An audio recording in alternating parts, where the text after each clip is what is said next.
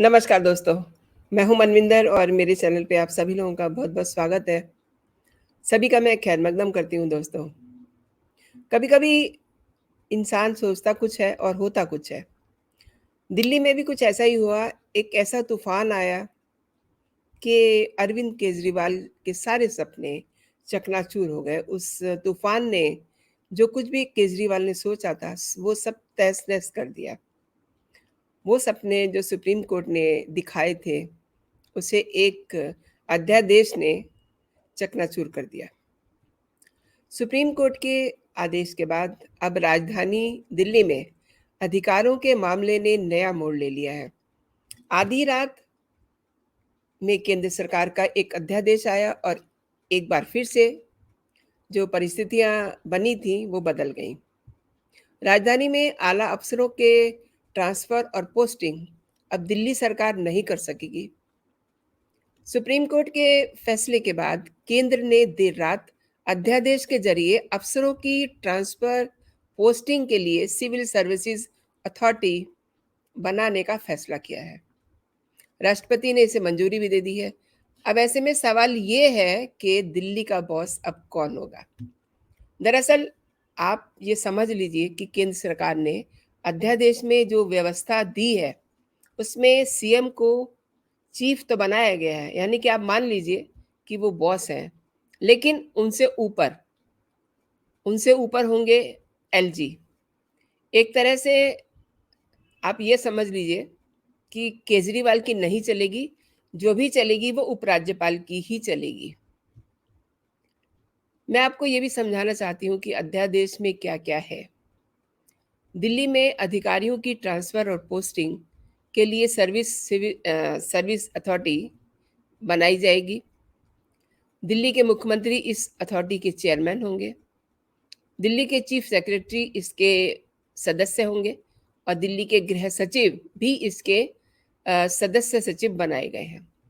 Authority के फैसले बहुमत के आधार पे होंगे, यानी कि जो भी बहुमत होगा उसके आधार पे फैसला लिया जाएगा। अगर उपराज्यपाल इस अथॉरिटी के फैसले से सहमत नहीं होते हैं तो इन फैसलों को दोबारा से इस पे विचार किया जा सकता है और अथॉरिटी को उसे भेजा जा सकता है दोबारा से उस पे सोचने के लिए।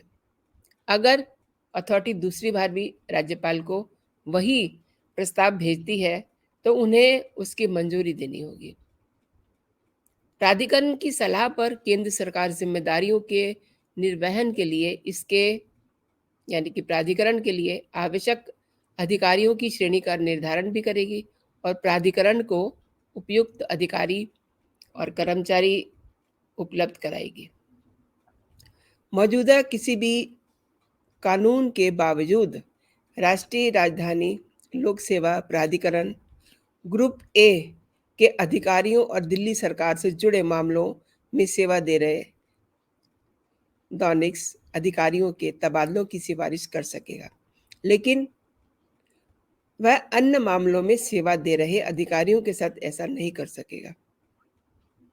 थोड़े से घुमाव है इसमें, अब वो भी धीरे-धीरे सरकार स्पष्ट करने जा रही है। प्राधिकरणों से जुड़े सभी मुद्दों पर फैसला उपस्थित और मतदान करने वाले सदस्यों के बहुमत से होगा। सभी सिफारिशों का सदस्य सत्यापन करेंगे और एक और आखिरी बात है, प्राधिकरण अपने अध्यक्ष की मंजूरी से सदस्य सचिव द्वारा तय समय और स्थान पर बैठक करेंगे। दोस्तों, राष्ट्रपति के हस्ताक्षर वाले अध्यादेश में बहुत साफ-साफ ये कहा गया है कि दिल्ली के जो राज्यपाल हैं वो दूसरे राज्यपालों की तरह नहीं हैं। यानी कि दिल्ली के जो राज्यपाल हैं वो कुछ अलग हैं, मतलब वो दिल्ली के प्रशासक भी हैं।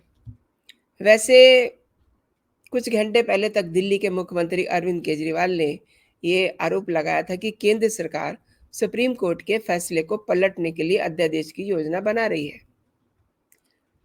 आप सरकार और उपराज्यपाल के बीच में ये जो लड़ाई है ये 2015 में दिल्ली हाई कोर्ट पहुंच चुकी थी।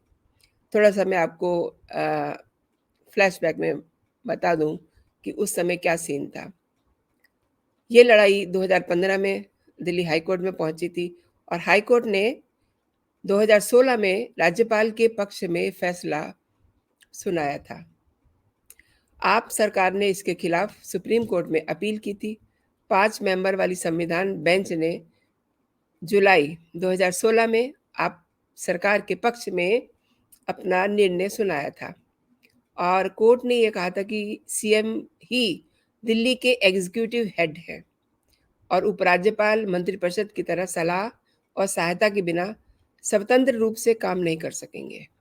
इसके बाद सर्विसेज यानी कि अधिकारियों पर नियंत्रण जैसे कुछ मामलों की सुनवाई के लिए 2 सदस्यीय रेगुलर बेंच के सामने भेजा गया इस पूरे मसले को और फैसले में दोनों जजों की राय अलग-अलग थी। जजों की राय में मतभेद के बाद ये मामला 3 मेंबर वाली बेंच के पास गया।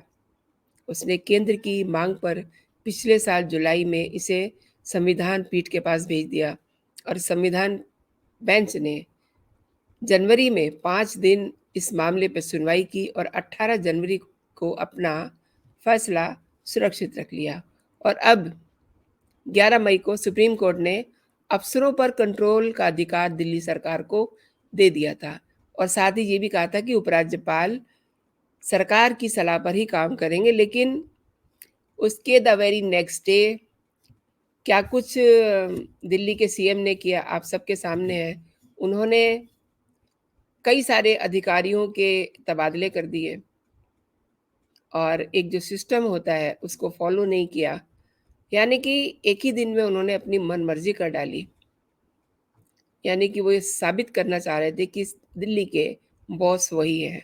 लेकिन अब इस अध्यादेश के बाद ये बहुत क्लियर हो गया है कि बॉस तो वो होंगे दिल्ली के, लेकिन बस नाम के होंगे। उनको राज्यपाल से हर मसले में सलाह करनी होगी, उनसे अनुमति लेनी होगी। ख़ास तौर पे ट्रांसफ़र और पोस्टिंग जैसे मसलों पे तो उनको राज्यपाल के पास जाना ही होगा, उनकी सलाह लेनी ही होगी।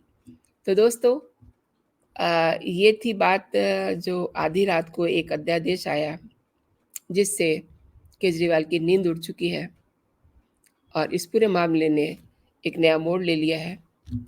अब देखते हैं केजरीवाल इस पूरे सीन को किस तरीके से लेते हैं। अभी के लिए इतना ही। आपने ये वीडियो देखा, शुक्रिया। और ये वीडियो आपको कैसा लगा ज़रूर बताइएगा मेरे कमेंट सेक्शन में। और आपको अगर ये वीडियो पसंद आया है तो आप इसे अपने दोस्तों में भी शेयर कीजिए। जय हिंद, जय भारत।